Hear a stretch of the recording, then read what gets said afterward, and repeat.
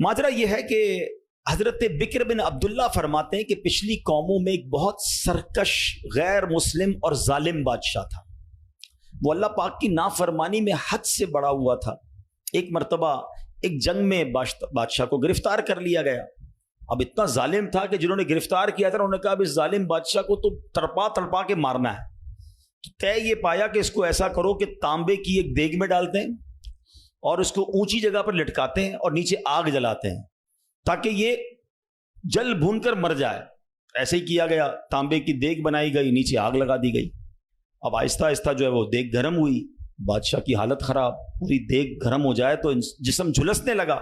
उसने पहले तो झूठे खुदाओं को पुकारा, मगर जिस सारी जिंदगी जिनके आगे पेशानी रगड़ी थी उन्होंने क्या जवाब देना था?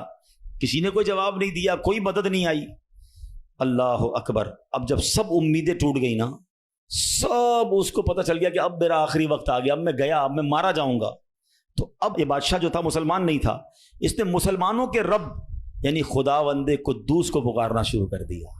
वो कहता है या अल्लाह या रहमान या रहीम मदद फरमा दे, और बुलंद आवाज से ला इलाहा इल्लल्लाह पढ़ना शुरू कर दिया।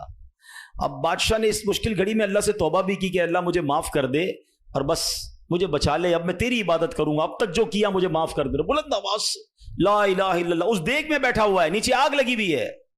देखो करीम ने उसकी पुकार कैसे सुनी कि बारिश बरसना शुरू हो गई। जैसे बारिश बरसी तो वो आग बुझ गई, तो वो गर्मी तो ऑलमोस्ट खत्म हो गई। लेकिन फिर इतनी तेज हवा चली कि वो देग रस्सियां तोड़ाकर देग ही उड़ने लगी। अच्छा, वो बादशाह ला इलाहा इल्लल्लाह ला इलाहा इल्लल्लाह की आवाजें बुलंद कर रहा है और देग उड़ रही है। अब देग उड़ते उड़ते उड़ते गैर मुस्लिम कौम का जो कबीला था वहां जाके पहुंच गिर गई। अब जब वहां गई तो लोग हैरान कि ये कैसी देग है जो उड़ते हुए आ रही है, और उसमें एक बंदा बैठा हुआ है, वो ला इलाहा इल्लल्लाह पढ़ रहा है।